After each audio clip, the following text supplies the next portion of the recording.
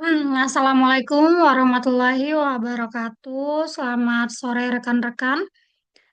Perkenalkan, saya Sartika Ratia Asmara Nasution, mahasiswa S3 Pendidikan Dasar Universitas Negeri Padang. Baik, di sini saya akan memaparkan eh, hasil makalah saya dalam mata kuliah analisis kebijakan dan kepemimpinan pendidikan dasar dengan topik perspektif kebijakan dan kepemimpinan sebagai suatu kesatuan sistem dalam peningkatan mutu pendidikan dasar. Izin untuk men-share screen bahan diskusinya. Nah, apa yang melatar belakangi eh, dibahasnya makalah ini yaitu berasal dari pendidikan eh, adalah sistem yang kompleks yang memiliki keberhasilan yang bertumpu kepada dua pilar, yaitu yang pertama kebijakan pendidikan dan kepemimpinan pendidikan. Nah, keduanya tentu bukan hanya sekedar faktor pendukung, melainkan kompetensi inti yang saling mengisi dan saling melengkapi. Nah, di sini ada pendapat beberapa ahli. Yang pertama dari Fulan bahwa mengatakan bahwasanya reformasi pendidikan berkelanjutan hanya terwujud bila ada koherensi antara kebijakan top down dan inisiatif kepemimpinan atau bottom up. Selanjutnya OECD tahun 2013 berpendapat bahwa negara dengan pendidikan yang berkualitas tinggi seperti negara-negara maju seperti Finlandia, Singapura, ataupun Kanada menunjukkan pola yang sama di mana pada negara maju ini kebijakan kohesif diimplementasikan melalui kepemimpinan sekolah yang kuat. Nah, selanjutnya untuk konteks di Indonesia sendiri, kebijakan pendidikan sendiri itu diatur dalam Undang-Undang Nomor 20 Tahun 2003 dan Peraturan Pemerintah Nomor 57 Tahun 2021 yang menetapkan bahwasanya kerangka regulasi komprehensif, namun kesenjangan kebijakan dan praktik masih sangat lebar terjadi di Indonesia. Akibatnya, lemahnya kapasitas kepemimpinan sekolah itu adalah yang terjadi di Indonesia saat ini. Ini menurut pendapat Suhardan tahun 2014.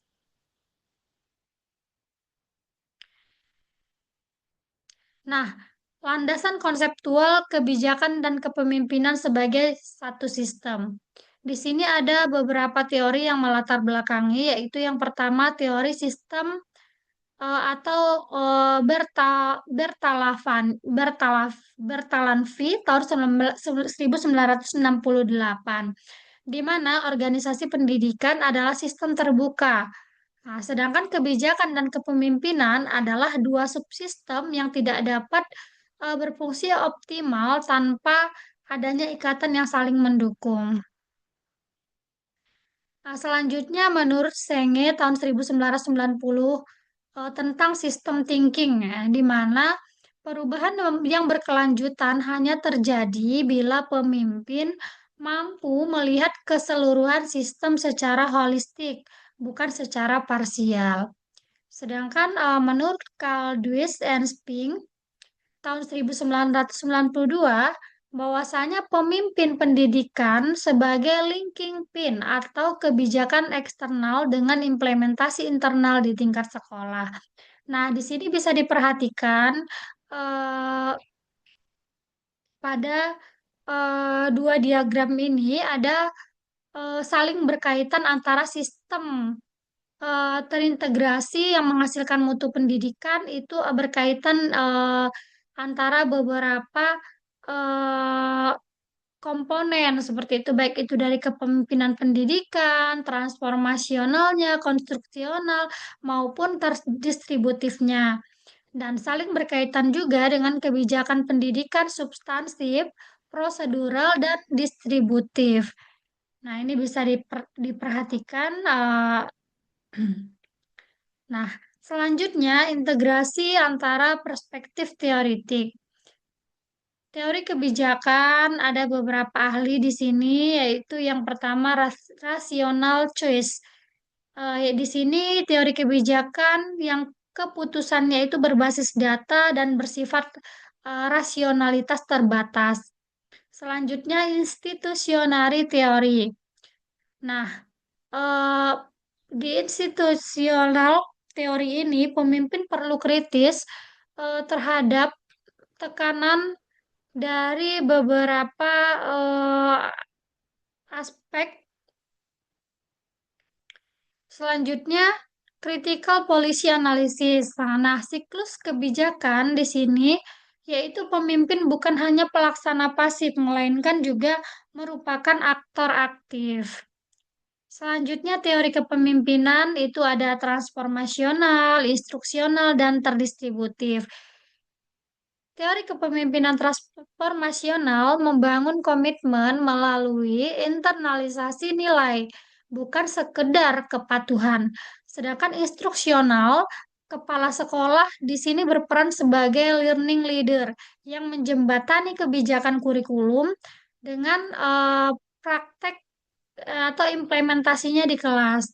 Selanjutnya terdistributif. Nah, implementasi efektif yaitu dengan melibatkan banyak aktor. Jadi bukan hanya melibatkan kepala sekolah saja, namun juga melibatkan eh, antara kepala sekolah, dinas pendidikan, guru, siswa maupun orang tua. Nah, selanjutnya yang ketiga sintesis. Nah, kebijakan dan kepemimpinan adalah dua sisi mata uang yang sama, artinya saling mendefinisikan secara dialektis. Nah, prasyarat dari integrasi efektifnya kepemimpinan itu mencakup kapasitas sistem, konteks, dan kualitas dari isi kebijakan itu sendiri. Nah, selanjutnya di sini ada tiga model integrasi kebijakan dan kepemimpinan. Yang pertama, leadership alignment model atau PLAM.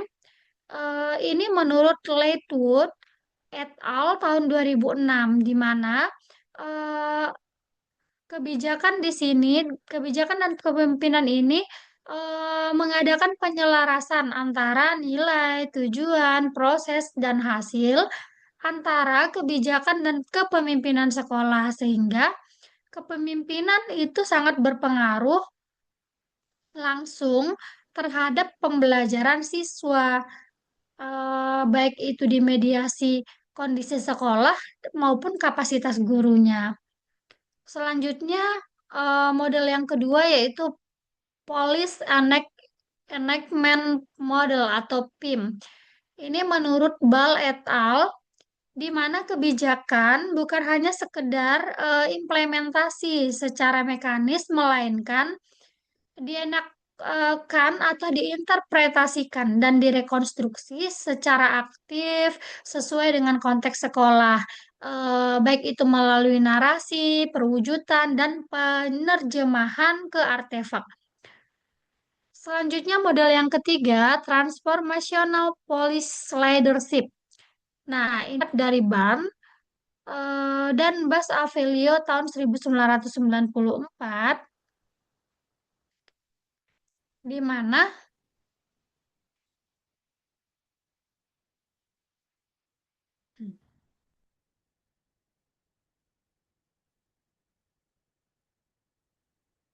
mana kebijakan sebagai opportunity struktur untuk transformasi. Nah, pemimpin yang efektif di sini memiliki literasi kebijakan, kecerdasan kontekstual, dan tujuan moral serta kapasitas yang adaptif.